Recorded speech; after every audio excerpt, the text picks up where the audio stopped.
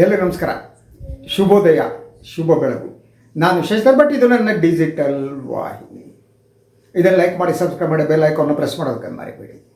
ಹಾಗೆಯೇ ಸಾಧ್ಯ ಆದರೆ ಸ್ವತಂತ್ರ ಪತ್ರಿಕೋದ್ಯಮಕ್ಕೆ ತಮ್ಮ ಕೃಪಾಶೀರ್ವಾದ ಬೆಂಬಲ ಸದಾ ಇರಲಿ. ಈ ಬೆಳಗು ಭಾರತ ಮತ್ತು ಪಾಕಿಸ್ತಾನದ ನಡುವಿನ ಸಂಘರ್ಷ ಏನಿತ್ತು, ಯುದ್ಧದ ಹಂತದವರೆಗೆ ಹೋಗಿತ್ತು. ಅದು ಯುದ್ಧ ಅಂತ ಹೇಳೋಕ್ಕಾಗಲ್ಲ, ಯಾಕಂದರೆ ಯುದ್ಧದ ಅನೌನ್ಸ್ಮೆಂಟ್ ಆಗಿಲ್ಲ. ಆದರೆ ಅದಾದ ನಂತರ ಯುದ್ಧ ವಿರಾಮ ಆಯಿತು. ಯುದ್ಧ ವಿರಾಮ ಆದ ಕೆಲವೇ ಗಂಟೆಗಳಲ್ಲಿ ಪಾಕಿಸ್ತಾನ ಮತ್ತೆ ಭಾರತದ ಮೇಲೆ ಶೆಲ್ ದಾಳಿ ನಡೆಸಿತು ಅಥವಾ ಯುದ್ಧ ವಿರಾಮವನ್ನು ಉಲ್ಲಂಘಿಸಿತು. ಅದಾದ ಮೇಲೆ ರಾತ್ರಿ ಅಂತಹ ದಾಳಿ ನಡೆದಿಲ್ಲ, ಬೆಳಗ್ಗೆ ಕೊಂಡು ನಡೆದಿಲ್ಲ. ಆದರೆ ಇದು ಕೆಲವೊಂದು ಪ್ರಶ್ನೆಗಳನ್ನು ಹುಟ್ಟಾಕತ್ತೆ. ಹಾಗೆಯೇ ಪಾಕಿಸ್ತಾನದ ರಾಜಕೀಯ ಇದೆಯಲ್ಲ, ಅದು ಯಾವ ಟರ್ನ್ ತಗೋಬಹುದು ಅನ್ನೋದು ಬಹಳ ಮುಖ್ಯವಾದ್ದು. ಅದ್ರ ಬಗ್ಗೆ ನಾನು ಇವತ್ತು ಮಾತಾಡ್ತೀನಿ. ಯಾಕಂದರೆ ಈ ಯುದ್ಧ ವಿರಾಮ ಪಾಕಿಸ್ತಾನಕ್ಕೆ ಅನಿವಾರ್ಯ ಆಗಿತ್ತು ಭಾರತಕ್ಕಿಂತ ಅನ್ನೋದು ಭಾಳ ಫಸ್ಟ್ ಪಾಯಿಂಟ್. ಮುಳುಗುವ ಹಂತಕ್ಕೆ ಬಂದಿತ್ತು, ಶಕ್ತಿ ಇರಲಿಲ್ಲ. ಆದ್ದರಿಂದ ಯಾರ್ಯಾರ್ದೋ ಕಾಲು ಹಿಡಿದು ಯುದ್ಧ ವಿರಾಮವನ್ನು ಘೋಷಿಸುವಂತೆ ಮಾಡಿತು. ಟ್ರಂಪ್ ಸಾಹೇಬರು ಮಧ್ಯಪ್ರವೇಶ ಮಾಡಿ ನನ್ನದೇ ಯಶಸ್ಸು ಅಂದರು. ಯಾರು ಯಶಸ್ಸು ಅದನ್ನು ಕಿರೀಟ ತೊಟ್ಕೊಳ್ಳಿ ಬಿಡಿ, ಅದು that nothing make any difference. ಆದರೆ ಅದಾದ ಮೇಲೆ ಪಾಕಿಸ್ತಾನದ ಪ್ರಧಾನಿ ಶಬಾಷ್ ಶರೀಫ್ ಅವರು ವ್ಯಕ್ತಪಡಿಸಿದ ಅಭಿಪ್ರಾಯ ಅದು ಭಾಳ ಇಂಪಾರ್ಟೆಂಟ್. ಅವರಿಗೆ ಒಂದು ರೀತಿ ಎಷ್ಟು ಸಂತೋಷ ಆಗಿತ್ತು ಅಂದರೆ ಟ್ರಂಪ್ ಅವರಿಗೆ ಕೃತಜ್ಞತೆಯ ಮೇಲೆ ಕೃತಜ್ಞತೆಯನ್ನು ಸಲ್ಲಿಸಿದರು. ಅವರು ಯಾವಾಗ ಟ್ರಂಪ್ ಅವರ ಬಗ್ಗೆ ಕೃತಜ್ಞತೆಯನ್ನು ಸಲ್ಲಿಸ್ತಾ ಇದ್ದರು, ರಾಷ್ಟ್ರದಲ್ಲಿ ಉದ್ದೇಶಿಸಿ ಭಾಷಣ ಹೊಡಿತಾ ಇದ್ದರು, ಈ ಯುದ್ಧ ವಿರಾಮದ ಬಗ್ಗೆ ಸಂತೋಷವನ್ನು ವ್ಯಕ್ತಪಡಿಸ್ತಾ ಇದ್ದರು, ಅದೇ ಸಂದರ್ಭದಲ್ಲಿ ಪಾಕಿಸ್ತಾನದ ಆರ್ಮಿ ಜಮ್ಮು ಮತ್ತು ಕಾಶ್ಮೀರದ ಕೆಲವು ಭಾಗ, ಹಾಗೆಯೇ ರಾಜಸ್ಥಾನ, ಇಲ್ಲೆಲ್ಲ ಶೆಲ್ ದಾಳಿ ನಡೆಸುವುದು ಒಂದು. ಇನ್ನೊಂದು ಅಲ್ಲಿ ಡ್ರೋನ್ಗಳು ಹಾರಾಡ್ತಾ ಇದ್ದರು. ಟೆನ್ಷನ್ ಆಯಿತು. ಭಾರತ ಉತ್ತರ ಕೊಡಲೇಬೇಕಾದ ಸ್ಥಿತಿ ಬಂತು. ಭಾರತ ವಿದೇಶಾಂಗ ಕಾರ್ಯದರ್ಶಿಗಳು ರಾತ್ರಿಯೇ ಸ್ಪಷ್ಟನೆ ಕೊಟ್ಟರು. ಇದೆಲ್ಲ ನಡೆದೋಯ್ತು.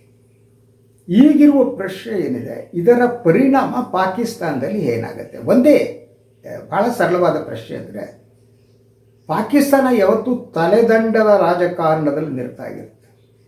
ನಮ್ಗೆ ಗೊತ್ತಿದೆ, ಕಾರ್ಗಿಲ್ ಯುದ್ಧದ ನಂತರ ಕ್ಲಿಂಟನ್ ಅವರು ಮಧ್ಯಪ್ರವೇಶಿಸಿ ಬಾಯಿ ಬಂದಂಗೆ ಉಗಿದು ಪಾಕಿಸ್ತಾನಕ್ಕೆ ಎಲ್ಲ ಆದ ನಂತರ ಅಲ್ಲಿ ನವಾಜ್ ಶರೀಫ್ ಅವರ ಬಲಿ ಪಡಲಾಯಿತು. ಪ್ರತಿ ಇಂತಹ ಘಟನೆಯ ಸಂದರ್ಭದಲ್ಲಿ ಈ ಬಲಿಪೀಠದ ಮೇಲೆ ಒಬ್ಬರನ್ನ ಹತ್ತಿಸಲಾಗುತ್ತೆ. ಹಾಗಿದ್ದರೆ ಈಗ ಈ ಯುದ್ಧ ವಿರಾಮದ ನಂತರ ಪಾಕಿಸ್ತಾನದ ರಾಜಕಾರಣದಲ್ಲಿ ಯಾರು ಬಲಿಪೀಠವನ್ನು ಹತ್ತುತ್ತಾರೆ ಅಥವಾ ಯಾರ ಬಲಿ ತೆಗೆದುಕೊಳ್ಳಲಾಗತ್ತೆ? ಎರಡೇ ಹೆಸರು ಇರಬೇಕಾಗ್ತದೆ.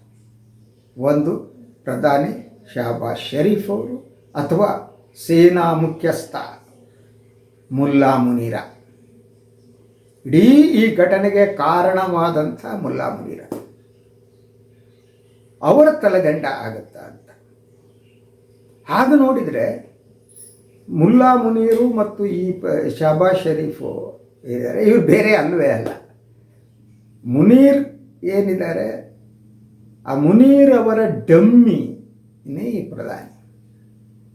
ಅವರು ಏನು ಹೇಳ್ತಾರೆ ಅದೇ ಅವರಿಗೆ ಕುರಾನ್ ವಾಕ್ಯ ಇದ್ದಂತೆ, ಅವ್ರು ಹೇಳಿದಂತೆ ನಡೆದುಕೊಳ್ಳೋದು. ಆದರೆ ಈಗ ಇಬ್ಬರಲ್ಲಿ ಒಬ್ಬರ ಬಲಿ ತಗೊಳ್ಳೇಬೇಕಾಗಿದೆ. ಯಾಕೆ ಅಂದರೆ ಪಾಕಿಸ್ತಾನದ ಒಳಗಡೆ ಒಂದು ವಿಪ್ಲವ ಉಂಟಾಗುವ ಚಾನ್ಸಸ್ ಕಾಣ್ತಾ ಇದೆ. ಮೊದಲನೇದಾಗಿ ಪಾಕಿಸ್ತಾನದಲ್ಲಿ ನೀವು ರಾವಲ್ಪಿಂಡಿಗೆ ಹೋಗಿ, ಲಾಹೋರ್ಗೆ ಹೋಗಿ, ಪೇಶಾವರ್ಗೆ ಹೋಗಿ, ಇಸ್ಲಾಮಾಬಾದ್ಗೆ ಹೋಗಿ, ಅಲ್ಲಿ ಭಾರತ ದಾಳಿ ನಡೆಸಿದ ಲಕ್ಷಣಗಳು ಕಾಣ್ತವೆ. ಎಲ್ಲೋ ಒಂದು ಕಡೆ ಭಾರತದ ನಡೆಸುವ ದಾಳಿಯಿಂದಾಗಿ ಇಮಾರತ್ಗಳು, ಕಟ್ಟಡಗಳು, ಮಿಲಿಟ್ರಿ ನೆಲೆಗಳು ಎಸ್ಪೆಷಲಿ ನಾಶವಾದ ಕಾಣುತ್ತೆ. ನೀವು ಭಾರತದ ಮೇಲೆ ಎಷ್ಟೇ ದಾಳಿ ನಡೆಸಿದರೂ ಕೂಡ ಅವರು ನಡೆಸಿದ ಎಲ್ಲ ದಾಳಿಗಳು ಕೂಡ ಆಕಾಶದಲ್ಲೇ ನಿರ್ನಾಮವಾಗಿ ಹೋಗಿವೆ. ಇದು ಪಾಕಿಸ್ತಾನಿಯರಿಗೆ ಬಹಳಷ್ಟೇ ಕೋಪ ಸಿಟ್ಟು. ಜಗಳಗಳು ನಡೀತಿವೆ. ಏನು ಹರಿತಾ ಕೂತಿದ್ದೀರಾ, ಏನು ಮಾಡ್ತಿದ್ದೀರಿ ನೀವು? ಭಾರತ ಇಷ್ಟು ಬಂದ್ಬಿಡ್ತು, ರಾವಲ್ಪಿಂಡಿಗೆ ಬಂತು, ಇಸ್ಲಾಮಾಬಾದಿಗೆ ಬಂತು, ಎಲ್ಲ ಕಡೆ ಬಂತು. ನಿಮಗೆಲ್ಲ ಅಲ್ಲಿ ಪಕ್ಕದಲ್ಲಿ ದೆಹಲಿಗೆ ಹೋಗೋಕ್ಕಾಗಲ್ಲ ನಿಮ್ಮ ಯೋಗ್ಯತೆಗೆ, ನಿಮ್ದು ಯಾವ ಸೀಮೆ ನಿಮ್ಮ ಸೈನ್ಯ, ಈ ರೀತಿ ಬೈಗಳಿಗೆ ಭಾಳ ಸೀರಿಯಸ್ ಶುರುವಾಗಿದೆ. ಅದರ ಜೊತೆಗೆ ನಿಮ್ಮ ಮೊದಲು ನಾನು ಏನು ಪ್ರಸ್ತಾಪ ಮಾಡಿದೆ, ಯುದ್ಧ ವಿರಾಮದ ಉಲ್ಲಂಘನೆ. ಆ ಉಲ್ಲಂಘನೆ ಮಾಡಿದವರು ಯಾರು, ಅದನ್ನು ನಾವು 2-3 ರೀತಿ ವಿಶ್ಲೇಷಣೆ ಮಾಡೋಕ್ಕೆ ಸಾಧ್ಯ ಇದೆ ಸರ್. 2-3 ರೀತಿ ವಿಶ್ಲೇಷಣೆ. ಒಂದು, ಪಾಕಿಸ್ತಾನದ ಆರ್ಮಿ ಏನಿದೆ, ಆ ಆರ್ಮಿ ಮುನೀರವರ ನೇತೃತ್ವದಲ್ಲಿ ಯುದ್ಧ ವಿರಾಮವನ್ನು ಇಷ್ಟಪಡ್ತಿಲ್ಲ, ಆ ಮೆಸೇಜನ್ನು ಯುದ್ಧ ವಿರಾಮ ಉಲ್ಲಂಘಿಸುವ ಮೂಲಕ ಕೊಟ್ಟಿದ್ದಾರೆ ಅನ್ನೋದು ಒಂದು. ಎರಡನೇದು ಅದಿಲ್ಲ ಅಂತಂದರೆ, ಪಾಕಿಸ್ತಾನದ ಆರ್ಮಿಯ ಒಳಗಡೆ ಗುಂಪುಗಾರಿಕೆ ಇದೆ, ಎಲ್ಲರೂ ಕೂಡ ಮುಲ್ಲಾ ಮುನೀರನ ಮಾತು ಕೇಳ್ತಾ ಇಲ್ಲ.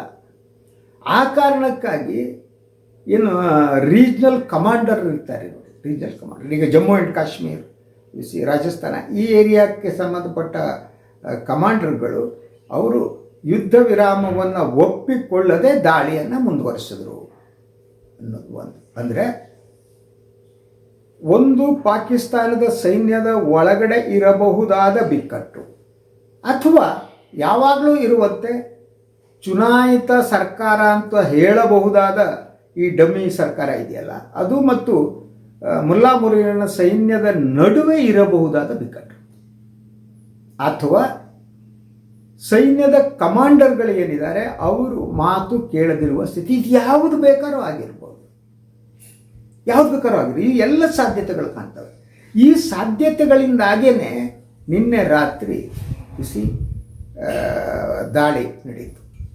ಆದರೆ ಇದು ಸುಲಭ ಅಲ್ಲ, ಪಾಕಿಸ್ತಾನಕ್ಕೆ ಮಾಡೋಕ್ಕಾಗಲ್ಲ. ಇನ್ನು ಜಾಸ್ತಿ ದಟ್ ಯುದ್ಧ ವಿರಾಮವನ್ನು ಉಲ್ಲಂಘಿಸ ಸಾಧ್ಯ ಇಲ್ಲ. ಯಾಕಂದರೆ ಅವರು ಸಂಪೂರ್ಣವಾಗಿ ಪಾಕಿಸ್ತಾನ ಅನ್ನುವುದು ಅಮೇರಿಕಾದ ಕಪಿಮುಷ್ಟಿ ಮಾಡ್ಕೊಂಡಿದೆ. ಅಮೇರಿಕಾದ ಭಿಕ್ಷೆಯಲ್ಲಿ ಬದುಕ್ತಾ ಇದೆ. ಇಂಟರ್ನ್ಯಾಷನಲ್ ಮಾನಿಟರಿ ಫಂಡ್, ನಾನು ನಿನ್ನೆ ಹೇಳಿದೆ, ಇವತ್ತು ಎಲ್ಲರೂ ಅದನ್ನೇ ವಿಶ್ಲೇಷಣೆ ಮಾಡ್ತಿದ್ದಾರೆ. ನಾನು 2 ದಿವಸದ ಹಿಂದೆ ಯಾವಾಗ ಇಂಟರ್ನ್ಯಾಷನಲ್ ಮಾನಿಟರಿ ಫಂಡು $1.5 ಬಿಲಿಯನ್ ಹಣವನ್ನು ಪಾಕಿಸ್ತಾನಕ್ಕೆ ಸಾಲ ರೂಪದಲ್ಲಿ ಕೊಟ್ಟು ಅಂದಾಗಲೇ ನಾನೊಂದು ಮಾತನ್ನು ಹೇಳಿದೆ. ನೀವು you can go back to my previous ಸುದ್ದಿ ವಿಶ್ಲೇಷಣೆ ಆರ್ ನ್ಯೂಸ್ ಆ್ಯಂಡ್ ವ್ಯೂಸ್. ನಾನು ಆವಾಗಲೇ ಹೇಳಿದೆ, ದಟ್ ಈಸ್ ಸಮಥಿಂಗ್ ಡೀಲ್ ಇದ್ದಾಗ ಕಾಣುತ್ತೆ. ಅಮೇರಿಕಾ ನಿಮ್ಗೆ ಸಾಲ ಕೊಡ್ತೀವ ಭಯ, ಸಾಲ ತಗೋ, ಯುದ್ಧ ನಿಲ್ಲಿಸು ಅಂತ ಟ್ರಂಪ್ ಸಾಹೇಬರು ಹೇಳಿರಬೇಕು ಅಂತ ನಾನು ಹೇಳಿದ್ದೆ. ಇಟ್ ಈಸ್ ಕಮಿಂಗ್ ಟ್ರೂ ನಾವು. ಕಾಸು ಸಿಕ್ಕರೆ ಪಾಕಿಸ್ತಾನದವರು ಏನು ಬೇಕಾದ್ರೆ ಆ ಸೈನ್ಯ ಇದೆಯಲ್ಲ, ನಾನು ಇಡೀ ಪಾಕಿಸ್ತಾನಿಯರು ದೂರಲ್ಲ, ನಮ್ಮಂಥ ಬಡವರು ಎಲ್ಲರೂ ಇದ್ದಾರೆ ಅಲ್ಲಿ. ಈ ಪಾಕಿಸ್ತಾನದ ಸೈನ್ಯ, ದುಷ್ಟ ಸೈನ್ಯ ಇದೆಯಲ್ಲ ಅದು. ಸೊ ಕಾಸು ಬಂತು ಅಂದ ಯುದ್ಧ ವಿರಾಮ, ಅದ್ರ ಜೊತೆ ಬೇಕಾದಷ್ಟು ಹೈರಾಣಾಗಿ ಹೋಗ್ಬಿಟ್ಟಿತ್ತು. ಅದು ಮುಖ ಮುಸುಳಿ ನೋಡಿದ್ರೆ ಭಾರತೀಯರು ಹೊಡೆದಾಗಿತ್ತು. ಯುದ್ಧವನ್ನು ನಿಲ್ಲಿಸ್ಬೇಕು, ಜೊತೆಗೆ ಅದನ್ನು ವ್ಯವಹಾರ ಮಾಡಿ ಕಾಸು ಇಟ್ಕೊಬಿಡ ಅಂತ. ಸೊ ಅಮೇರಿಕ ಜೊತೆ ವ್ಯವಹಾರ ಮಾಡಿ ಸೊ $1.5 ಬಿಲಿಯನ್ ದುಡ್ಡು ಎತ್ತಕ್ಕೊಬಿಟ್ಟು ಸೊ ಯುದ್ಧ ವಿರಾಮಕ್ಕೂ ಬೇಕಾದ್ದು ಎಲ್ಲ ಆಯಿತು, ಸುಖವೂ ಆಯಿತು, ಇನ್ನೊಂದು ಆಯಿತು ಅಷ್ಟೇ. ಆ ರೀತಿ ಮಾಡಿದ್ದು. ಆದ್ದರಿಂದ ಈಗ ಟ್ರಂಪ್ ಸಾಹೇಬರು ಇನ್ವಾಲ್ವ್ ಆಗಿದ್ದಾರೆ ಇದರಲ್ಲಿ, ನೀವು ಒಪ್ಪೇ ಬಿಡಿ. ಟ್ರಂಪ್ ಸಾಹೇಬರು ಆಗಿರುವುದರಿಂದ, ಇನ್ವಾಲ್ವ್ ಆಗಿರೋದ್ರಿಂದ ನೀವೀಗ ಯುದ್ಧ ವಿರಾಮನ ಉಲ್ಲಂಘನೆಯನ್ನು ಹೀಗೆ ಕಂಟಿನ್ಯೂಸ್ ಮಾಡೋಕ್ಕಾಗಲ್ಲ. ಟ್ರಂಪ್ ಅನ್ನುವರು ಅವ್ರು ಹಾಗೇನೆ, ಅವ್ರು ಪಾಕಿಸ್ತಾನ ಹುಚ್ಚ ಆದರೆ ಟ್ರಂಪ್ ಅವ್ರು ಮೀರಿದ ಹುಚ್ಚ. ಅವರು ಒಬ್ರಿಗಿಂತ ಒಬ್ಬ ದೊಡ್ಡ ಹುಚ್ಚಿ ಹೋಗಿಲಿ. ಈ ವಿಶ್ವ ರಾಜಕಾರಣದಲ್ಲಿ ಹುಚ್ಚಿರದೆ ಆಡಳಿತ ಕಣ್ರಿ, ಒಬ್ರಿಗಿಂತ ಒಬ್ಬ ದೊಡ್ಡ ಹುಚ್ಚರು. ನೀವು ಎಲ್ಲ ಅಂಗಗಳು ಸರಿಯಾಗಿ ಕೆಲಸ ಮಾಡೋ ಒಬ್ಬೊಬ್ಬರು ರಾಜಕಾರಣಿ, ವಿಶ್ವ ನಾಯಕ ಇದೆ, ವಿಶ್ವದಲ್ಲೇ ಇಲ್ಲ ಆ ಲೆವೆಲ್. ಸೊ ಆದ್ದರಿಂದ ಟ್ರಂಪ್ನೇನಾದರೂ ಮಾತಾಡೋ ಅವ್ರೇನೋ ತರಲೆ ಮಾಡ್ತಾರೆ, ಆದ್ದರಿಂದ ಅದು ಮಾಡೋಕ್ಕಾಗಲ್ಲ. ಆದರೆ Jio politics there is something different development is going on, it is happening. ಯಾವುದು ಗೊತ್ತಾ, ಭಾಳ ಮಹತ್ವದ್ದು ಅಂದರೆ, ನಿನ್ನೆ ನಮ್ಮ ಭದ್ರತಾ ಸಲಹೆಗಾರ ಅಜಿತ್ ದೋವಲ್ ಅವರು ಚೀನಾದ ವಿದೇಶಾಂಗ ಸಚಿವರ ಜೊತೆ ಮಾತನಾಡಿದ್ದು. It is the most important thing I will tell you. ಅದಾದ ನಂತರ ಚೀನಾ ಬಿಡುಗಡೆ ಮಾಡಿರುವ ಹೇಳಿಕೆ ಕೂಡ ಭಾಳ ಕ್ಲಾಸಿಕ್ ಆಗಿದೆ. ಇಟ್ ಶೋಸ್ ಅಂದರೆ ಏನು ತೋರಿಸುತ್ತೆ ಅನ್ನೋದು ಮೊದಲೇ ಹೇಳ್ಬಿಟ್ಟು ನಂತರ ವಿಶ್ಲೇಷಣೆ ಮಾಡ್ತೀನಿ. ಒಂದು, ಟ್ರಂಪ್ ಸಾಹೇಬರ ಮಾತನ್ನು ಕೇಳಿ ಅಮೇರಿಕಾದ ಒತ್ತಡದಿಂದ ಯುದ್ಧ ವಿರಾಮಕ್ಕೆ ಒಪ್ಪಿಗೆ ನೀಡಿದ ಪಾಕಿಸ್ತಾನದ ಕ್ರಮ ಏನಿದೆ ಆ ಕ್ರಮ ಚೀನಾಕ್ಕೆ ಇಷ್ಟ ಆಗಿಲ್ಲ ಅವರಿಗೆ. ಸೊ ಮಧ್ಯಸ್ಥಿಕೆ ವಹಿಸಿದ್ರೆ ನಾವು ವಹಿಸಬೇಕಾಗಿತ್ತು. ನಾವೀಗ ಯಾರ ಜೊತೆ ಫೈಟ್ ಮಾಡ್ತಿದ್ದೀವೋ ಅಂತಹ ಅಮೇರಿಕಾದ ಅಧ್ಯಕ್ಷರ ಒತ್ತಡಕ್ಕೆ ಮಣಿದು ಇವರು ಯುದ್ಧ ವಿರಾಮ ಘೋಷಿಸ್ತಾರೆ ಅಂತಂದರೆ ಇವರು ಯಾವ ಸೀಮೆ ಸ್ನೇಹಿತರು? ಇವರಿಗೆ ಬೇಕಾದ ಯುದ್ಧೋಪಕರಣಗಳು, ಶಸ್ತ್ರಾಸ್ತ್ರಗಳನ್ನು ನಾವು ಕೊಡ್ತೀವಿ, 81% ನಮ್ಮದಿದೆ. ಆದರೆ ಇವ್ರು ಹೋಗ್ಬಿಟ್ಟು ಪಾಕಿಸ್ತಾನ ಹೋಗ್ಬಿಟ್ಟು ಅಮೇರಿಕಾದ ಒತ್ತಡಕ್ಕೆ ಮಣಿತಲ್ಲ ಅನ್ನೋ ಸಿಟ್ಟು ಮೋಸ್ಟ್ಲಿ ಚೀನಾಗಿದೆ. ಆ ಕಾರಣಕ್ಕಾಗಿಯೇ ನಿನ್ನೆ ಏನು ಅಜಿತ್ ದೋವಲ್ ಮಾತುಕತೆ ನಡೆಸಿದರು ಚೀನಾ ವಿದೇಶಾಂಗ ಸಚಿವರ ಜೊತೆ. ಅವ್ರ ಹೆಸರು ಏನೋ ಹುಯ್ಯನೋ ಬರುತ್ತೆ ನನಗೆ. ಅವ್ರಿಗೆ ಚೀನಾದವ್ರ ಹೆಸರು ಎಲ್ಲ ಒಂದೇ ರೀತಿ ಕಾಣುತ್ತೆ, ನಾನು ಕೇಳುತ್ತೆ ನನಗೆ ಪ್ರಾಬ್ಲಮ್ ಆಗೋದಿಲ್ಲ. ಆದ್ದರಿಂದ ಅವ್ರ ಹೆಸರು ಇರಲಿ, ಏನೋ ಇದೆ ಅದೇ ಟೈಪ್. ಸೊ ಮಾತಾಡಿದಾಗ ಬಹಳ ಸ್ಪಷ್ಟವಾಗಿ ಅಜಿತ್ ದೋವಲ್ ಹೇಳಿದ್ದು, ನಮಗೆ ಯುದ್ಧ ಬೇಕಾಗಿಲ್ಲ, ಆದರೆ ಯುದ್ಧವನ್ನು ನಮ್ಮ ಮೇಲೆ ಹೇರಲಾಗಿದೆ. ಆ ಕಾರಣಕ್ಕಾಗಿ ನಾವು ಯುದ್ಧ ಮಾಡಬೇಕಾಗಿತ್ತು. ಇದು ಭಯೋತ್ಪಾದಕರನ್ನು ನಿಗ್ರಹಿಸೋದ ಕೆಲಸ ಇದೆಯಲ್ಲ, ಅದು ನಾವೆಲ್ಲ ಸೇರಿ ಮಾಡಬೇಕಾಗಿದೆ ಅಂತ Ajit Doval told China. So ಚೀನಾ ಅದಾದ ನಂತರ ಅವರು ನೀಡಿರುವ ಹೇಳಿಕೆ ಭಾಳ ಕ್ಲಾಸಿಕ್ ಆಗಿದೆ.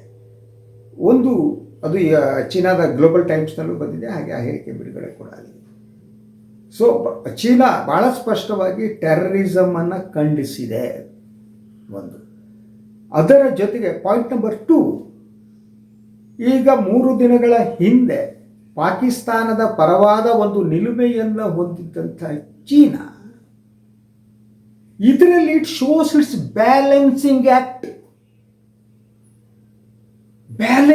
ಆ್ಯಕ್ಟ್ ಬಹಳ ಸ್ಪಷ್ಟವಾಗಿ ಇಡೀ ಅಪ್ರೋಚನ್ನು ಚೀನಾ ಬದಲಿಸಿದ್ಯಾ. ಚೀನಾ ಹೇಳ್ತಾ ಇದೆ, ಈ ವಲಯ ಏನಿದೆ ಇದರಲ್ಲಿ ಶಾಂತಿ ನೆಲೆಸಬೇಕು. ಯಾಕೆಂದರೆ ಭಾರತ ಮತ್ತು ಪಾಕಿಸ್ತಾನ ಎರಡೂ ಕೂಡ ನಮ್ಮ ನೆರೆಹೊರೆಯ ರಾಷ್ಟ್ರಗಳಾಗಿವೆ. ಇಲ್ಲಿ ಶಾಂತಿ ಇರಬೇಕಾದ್ದು ಬಹಳ ಮುಖ್ಯ. ಅಭಿವೃದ್ಧಿ ದೃಷ್ಟಿಯಿಂದ ಶಾಂತಿಯನ್ನು ಕಾಪಾಡ್ಕೋಬೇಕು. ಆದರೆ ಭಯೋತ್ಪಾದಕ ಚಟುವಟಿಕೆಯನ್ನು ನಾವೆಂದೂ ಒಪ್ಪೋದಿಲ್ಲ. ಯಾರೇ ಭಯೋತ್ಪಾದಕ ಚಟುವಟಿಕೆಯನ್ನು ಮಾಡಿದರೆ ನಾವು ಖಂಡಿಸ್ತೀವಿ.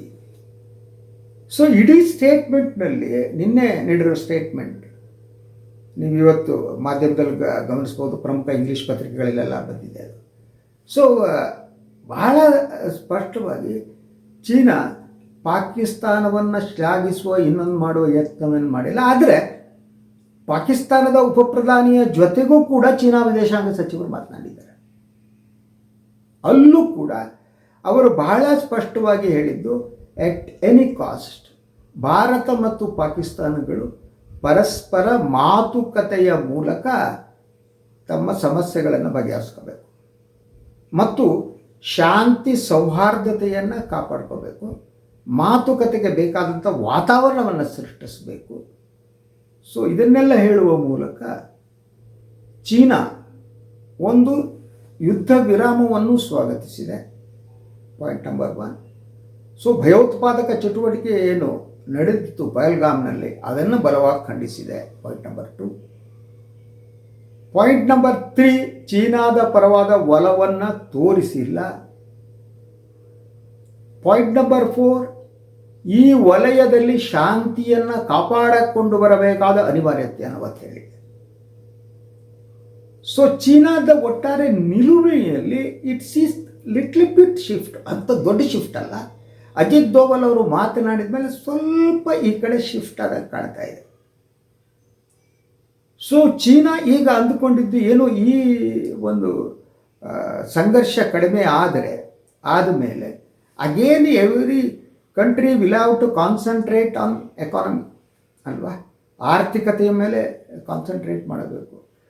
ಅದಾದ ನಂತರ ಸನ್ಮಾನ್ಯ ಟ್ರಂಪ್ ಸಾಹೇಬರ ಟ್ಯಾರಿಫ್ ನೀತಿ ಬಗ್ಗೆ ದೇಶಗಳು ತೀರ್ಮಾನ ತಗೋಬೇಕಾಗುತ್ತೆ. ಅಂಥ ಸನ್ನಿವೇಶದಲ್ಲಿ ಚೀನಾ ಭಾರತ ತನ್ನ ಜೊತೆ ನಿಲ್ಲಬೇಕು ಅಂತ ಬಯಸುತ್ತೆ. ಆ ಕಾರಣಕ್ಕೂ ಕೂಡ ಅದು ತನ್ನ ಧ್ವನಿಯನ್ನು ಸ್ವಲ್ಪ ಸಾಫ್ಟ್ಗೊಳಿಸಿರಬಹುದು ಅನ್ನೋದು ನನಗನ್ನಿಸ್ತಾ ಇರೋದು. ಆದ್ದರಿಂದ ನಿನ್ನೆ ಚೀನಾದ ನಿಲುಮೆ ಏನಿದೆ ಅದು ಸಾಫ್ಟ್ ಆಗಿದ್ದು ಒಂದು. ಎರಡನೇದು ಪಾಕಿಸ್ತಾನಕ್ಕೆ ಏನು ಬೆಂಬಲವನ್ನು ಕೊಡ್ತಾ ಬಂದಿದ್ದು ಚೀನಾ ಒಂದು ರೀತಿಯ ಅಂಪೈರ್ ರೀತಿಯಲ್ಲಿ ನಿನ್ನೆ ಸ್ಟ್ಯಾಂಡ್ ತಗೊಂಡಿದ್ದು. That is also very good thing. ಚೀನಾವನ್ನು ಬಾಯಿ ಮುಚ್ಚಿಸುವಂತೆ ಮಾಡಿದ ಕೀರ್ತಿ, yes, will have to. Ajit Doval did very good job. Ajit Doval did it for ಮಾಡಿದ್ದರೆ ನಮಗೇನು ಹೇಳೋದಕ್ಕಿಲ್ಲ. ಅದರಿಂದ ಅದು ಆದದ್ದು. ಆದ್ದರಿಂದ ಇದು ಎಲ್ಲದರ ಬೆಳವಣಿಗೆಯ ನಂತರ ಏನು ಗೊತ್ತಾ, ಅನಾಥವಾದದ್ದು ಯಾರು ಅಂತ ಹೇಳ್ತೀನಿ, ಟರ್ಕಿ. ಒಬ್ಬನು ಸುಮಾರು 90 ವರ್ಷದ ಮೇಲಿನ ಒಬ್ಬ ನಾಯಕರೇ ಅರ್ಧ ಗೋವನ್ನು ಹೋಗ್ಬಿಟ್ಟು ಮಹಾನ್ ಜಿಹಾದಿ ಟೈಪ್ ಅವರು ಬಿಹೇವ್ ಮಾಡ್ತಾರೆ. ಟರ್ಕಿ ಪ್ರೆಸಿಡೆಂಟ್ ಅಲ್ಲೇ ಅವ್ರ ವಿರುದ್ಧ ಭಾಳಷ್ಟು ಪ್ರತಿಭಟನೆಗಳು ಅದು ಇದು ನಡೀತಾ ಇತ್ತು, ಹತ್ತಿಕ್ಕಿದ್ದಾರೆ ಎಲ್ಲ ಬೇರೆ. ಸೊ ಅವರು ಸಮಸ್ಯೆ, ಅವರು ಹೋಗ್ಬಿಟ್ಟು ದ್ರೋಣ್ ಗೀಣೆಲ್ಲ ಕಳಿಸ್ಕೊಟ್ರು ಪಾಕಿಸ್ತಾನಕ್ಕೆ. ನನ್ನ ಮಗನ ಆ ದ್ರೋಣ್ ಯಾವತ್ತೂ ನೆಲಕ್ಕೆ ಬೀಳಲೇ ಇಲ್ಲ. ಇಂಡಿಯಾದ ಡಿಫೆನ್ಸ್ ಸಿಸ್ಟಮ್ ಅದು ಮ್ಯಾಲೆ ನಿಂತ್ಕೊಂಡು ಎಲ್ಲ ಹೊಡೆದು ಬಡಿದು ಹಾಕಿದ ಮೇಲೆ ಅವಶೇಷಗಳು ಬಿದ್ದಿವೆ. ಈಗ ಟರ್ಕಿ ಬಂದ್ಬಿಟ್ಟು ಅವರು ಅವಶೇಷಗಳೇನಾದ್ರು ಬೇಕಾದರೆ ಇಂಡಿಯಾಕ್ಕೆ ಬಂತವ್ರು, ಪಾಕಿಸ್ತಾನದಲ್ಲಿ ಸಿಗಲ್ಲ. ಇವ್ರು ಬಿಟ್ಟಿದ್ದೆಲ್ಲ ಇಂಡಿಯಾ ಪಟ ಎಲ್ಲ ಹೊಡೆದು ಹಾಕ್ಬಿಟ್ಟು ಇಡೀ ದ್ರೋಣಗಳು, ಟರ್ಕಿ ದ್ರೋಣಗಳು ಇಲ್ಲಿ ಬಿದ್ದಿವೆ. ಅಷ್ಟಕ್ಕೆ ಸೀಮಿತ ಆಗಿಲ್ಲ. ಅದರ ರಿಯಾಕ್ಷನ್ ಏನಿದೆ ಟರ್ಕಿಯ ಮೇಲೆ ಕಾಣ್ತಾ ಇದೆ. ಟರ್ಕಿ ಕಂಪನಿಗಳೇನಿವೆ, ಆ ಟರ್ಕಿ ಕಂಪನಿಗಳ ಶೇರುಗಳ ಬೆಲೆ ಕುಸಿಯುವ ಸ್ಥಿತಿ ಬಂದಿದೆ. ಸೊ ನಾವು ಐ ಥಿಂಕ್ ಟರ್ಕಿಯ ಮೇಲೆ ಇಂಡೈರೆಕ್ಟ್ ಎಕಾನಮಿಕ್ ವಾರ್ ಏನಿದೆ ಅದು ಪ್ರಾರಂಭ ಆಗುತ್ತೆ. ಅದಾದರೆ ಆವಾಗ ಟರ್ಕಿ ಯು ಸಿ ದಟ್ ಒಂದೇ ಅದಕ್ಕೆ ಯಾರೂ ಇಲ್ದಿದ್ದಂಗೆ ಸ್ಥಿತಿಗೆ ಬರುತ್ತೆ ಅಷ್ಟೆ. ಸೊ ಈ ಉಳಿದೆಲ್ಲ ವಿಚಾರದಲ್ಲಿ ಏನೇ ಇರಲಿ, ಈ ವಿಚಾರದಲ್ಲಿ America is with India, no problem. Turkey ಅಮೇರಿಕಾದ ಸ್ನೇಹಿತನೂ ಹೌದು, ಎಲ್ಲ ಹೌದು. ಅದರ ಈ ವಿಚಾರದಲ್ಲಿ ಪಾಲ್ಗೊಳ್ಳುವ ಮೂಲಕ ಅದು ತನ್ನ ಗೌರವವನ್ನು ಕಳ್ಕೊಂಡಿದೆ. So coming to the point ನಾವ್ at the end of my discussion. So ಅದು ಒಟ್ಟಾರೆ ಪಾಕಿಸ್ತಾನದ ಒಳಗಡೆ ಒಂದು ವಿಪ್ಲವ ಸಂಭವಿಸುವ ಸ್ಥಿತಿ ಬಂದಿದೆ. ಯಾವಾಗ ಬೇಕಾದ್ರೂ ಸಂಭವಿಸ್ಬೋದು. ನನಗನ್ನಿಸುವ ಹಾಗೆ ಪ್ರಧಾನಿ ಶರೀಫ್ ಸಾಹೇಬರು ಮತ್ತು ಮುಲ್ಲಾ ಸಾಹೇಬರು ಇಬ್ಬರು ಕೂಡ ಜೊತೆಯಾಗಿ ಹೋಗುವ ಚಾನ್ಸಸ್ ಯಾವುದಾದ್ರೂ ಒಂದು ಬಲಿ ಬೇಕೇ ಬೇಕು. ಪಾಕಿಸ್ತಾನ ರಾಜಕಾರಣ ಬಲಿ ಇಲ್ಲದೆ ನಡೆಯಲ್ಲ. ಸೊ ಆ ಬಲಿ ಯಾರು ಅನ್ನುವುದೇ ಶಹಬಾಜ್ ಶರೀಫೋ ಅಥವಾ ಮುಲ್ಲಾ, ಸೇನಾ ಮುಖ್ಯಸ್ಥ ಮುಲ್ಲಾರು, ಗೊತ್ತಿಲ್ಲ, ಒಂದಾಗ್ಬೋದು. ಈ ನಡುವೆ ಇನ್ನೊಂದು ಭಾಳ ಸೀರಿಯಸ್ ಆದ ವಿಚಾರ ನಡೀತಾ ಇದೆ. ಅದು ಇಮ್ರಾನ್ ಖಾನ್ಗೆ ಸಂಬಂಧಪಟ್ಟಿದ್ದು. ಅವ್ರ ಮೇಲೆ ನಡೆದ ಲೈಂಗಿಕ ದೌರ್ಜನ್ಯ ಈಗ ಅವರು ನಡೆಯೋದಕ್ಕೂ ಆಗ್ತಾ ಇಲ್ಲ. ಅದು ಕೂಡ ಪಾಕಿಸ್ತಾನದ ಒಳಗಡೆ ಬೇರೆ ಬೇರೆ ರೀತಿಯ ಬೆಳವಣಿಗೆ ಕಾರಣ ಆಗ್ಬೋದು. ಸೊ ಇಮ್ರಾನ್ ಖಾನ್ ಬೆಂಬಲಿಗರು ರಸ್ತೆಗಳಿಗೆ ಸ್ಥಿತಿ ಬರ್ಬೋದು. ಅವ್ರ ಆರೋಗ್ಯ ಕೂಡ ಕೆಟ್ಟಿದೆ ಅಂತ ಮಾತಿದೆ, ನಡೆಯೋಕ್ಕಾಗ್ತಾ ಇಲ್ಲ ಅಂತ ಅವ್ರ ಮೇಲೆ, ಬಿಕಾಸ್ ಸತತವಾಗಿ ಲೈಂಗಿಕ ದೌರ್ಜನ್ಯ ನಡೆದಿದೆಯಂತೆ. ಸೊ ಅವರ ಇದರ ಒಳಗಡೆ ಇಲ್ಲಿ ಜೈಲಿನ ಒಳಗಡೆ ಅವರ ಮುಗಿಸುವ ಯತ್ನ ನಡೆಸಿತ್ತು ಅಂತ ಹೇಳಾಗ್ತಾ ಇದೆ. ಸೊ ವಾಸಿಫ್ ಸಿ ದಟ್ ಅದೇ ಹೇಗೆ ಹೇಳ್ತಿದ್ದಾರೆ ಅದರದು ಒಂದು ಹೇಳ್ಬಿಡ್ತೀನಿ ನಿಮಗೆ ಇನ್ನೊಂದು ಹೇಳೋದು. ಸೊ ಯಾವುದೋ ಒಂದು ಭಾರತದ ಕ್ಷಿಪಣಿ ಏನಿದೆ ಹಾರಿಸಿದ್ದು, ಕ್ಷಿಪಣಿ ಇರ್ಬೋದು, ಶೆಲ್ ಇರ್ಬೋದು, ಯಾವುದೇ ಇರ್ಬೋದು, ಅದೇನೋ ಜೈಲಿನ ಹತ್ರ ಬಿದ್ದಿದೆ ಅನ್ನೋ ಒಂದು ಸುದ್ದಿ ಹರಡಲಾಗಿದೆ. ಅದು ಇಂಡಿಯಾ ಅಂತ ಏನೋ ಗೊತ್ತಿಲ್ಲ. ಸೊ ಇಮ್ರಾನ್ ಖಾನ್ನ ಮುಗಿಸುವ ಉದ್ದೇಶದಿಂದಲೇ ಭಾರತ ಕ್ಷಿಪಣಿಯನ್ನು ಹಾರಿಬಿಟ್ಟಿದೆ ಅನ್ನೋ ಪ್ರಚಾರ ಕೂಡ ನಡೀತಾ ಇದೆ. ಸೊ ಆದರೆ ಅದು ಹೇಗೆ ಹೋಗಿ ಪಾಕಿಸ್ತಾನ ಜೈಲ್ ಮೇಲೆ ಬಿತ್ತು? ಅದು ಏನಾದರೂ ಪಾಕಿಸ್ತಾನ ಸೈನ್ಯನೇ ಮುಲ್ಲಾ ಮುನೀರ್ಗೆ ಅಂಡರ್ ಆಗಲ್ಲ ಇವ್ರನ್ನ. ಅವರು ಫಸ್ಟ್ ಉದ್ದೇಶ ಅಂದರೆ at in first will have to finish Imran Khan ಅಂತ. ಎಲ್ಲ ಈ ಮುಲ್ಲಾ ಸಾಹೇಬರಿಗೆಲ್ಲ ಹಾರಿಸ್ಬಿಟ್ಟು ಕ್ಷಿಪಣಿಯನ್ನು ದೇಶದ ತಮ್ಮದೇ ಜೈಲಿನ ಮೇಲೆ ಹಾರಿಸ್ಬಿಟ್ಟು ಈಗ ಭಾರತದ ಮೇಲೆ ಹಣೆಪಟ್ಟಿ ಕಟ್ತಾರೆ, ಗೊತ್ತಿಲ್ಲ. ಇದು ಒಂದು ಇಶ್ಯೂ ಆಗುತ್ತೆ ಪಾಕಿಸ್ತಾನದಲ್ಲಿ. So number of issues will emerge ನಾವು ಯುದ್ಧ ವಿರಾಮದ ನಂತರ. ಯುದ್ಧ ವಿರಾಮವನ್ನು ಸಂಪೂರ್ಣವಾಗಿ ಮುರಿಯುವ ಸ್ಥಿತಿಯಲ್ಲಿ ಪಾಕಿಸ್ತಾನ ಇಲ್ಲ. ಸೊ ಹಾಗೆಯೇ ಒಳಗಡೆ ಕೂಡ ಇದೇ ಸ್ಥಿತಿ ಮುಂದುವರಿಯೋಕ್ಕೆ ಸಾಧ್ಯ ಇಲ್ಲ. ಏನು ಮಿಲಿಟ್ರಿ ಎಸ್ಟಾಬ್ಲಿಷ್ಮೆಂಟ್ ಪವರ್ಫುಲ್ಲು ಅಥವಾ ಈ so called elected R selected government powerful, ಈ ಸಂಘರ್ಷ ಫಾಸ್ಟಾಗಿ ನಡೆಯುತ್ತೆ. ಅದ್ರ ಮಧ್ಯೆ ಮತ್ತೆ ಒಂದು ಡಿವೈಡ್ ಆಗೇ ಆಗುತ್ತೆ. ಇಡೀ ಪಾಕಿಸ್ತಾನದ ರಾಜಕಾರಣ ಬದಲಾಗುತ್ತೆ. ಆ ಕಾರಣಕ್ಕೆ ನಾನು ಇದನ್ನು ಪಾಕ್ ರಾಜಕಾರಣದ ವಿಪ್ಲವ ಅಂತ ಕರೆದಿದ್ದೇನೆ. ವಿಪ್ಲವ ದೂರ ಇಲ್ಲ. ಇದು ಇವತ್ತಿನ ಸುದ್ದಿ ವಿಶ್ಲೇಷಣೆ. ಇನ್ನೊಂದು ವಿಚಾರದೊಂದಿಗೆ ಮತ್ತೆ ಬರ್ತೀನಿ. ನಾನು ವಾಯಿನ್ ಲೈಕ್ ಮಾಡಿ, ಸಬ್ಸ್ಕ್ರೈಬ್ ಮಾಡಿ, ಬೆಲ್ ಐಕಾನ್ ಪ್ರೆಸ್ ಮಾಡೋಕ್ಕೆ ಮರಿಬೇಡಿ. ಹಾಗೆ ಸಾಧ್ಯ ಆದರೆ ಸಹಾಯ ಮಾಡಿ. ಸ್ವತಂತ್ರ ಪತ್ರಿಕೋದ್ಯಮಕ್ಕೆ ತಮ್ಮೆಲ್ಲರ ಪ್ರೀತಿ ಬೆಂಬಲ ಸದಾ ನನ್ನ ಮೇಲೆ ಇರಲಿ. ನಮಸ್ಕಾರ.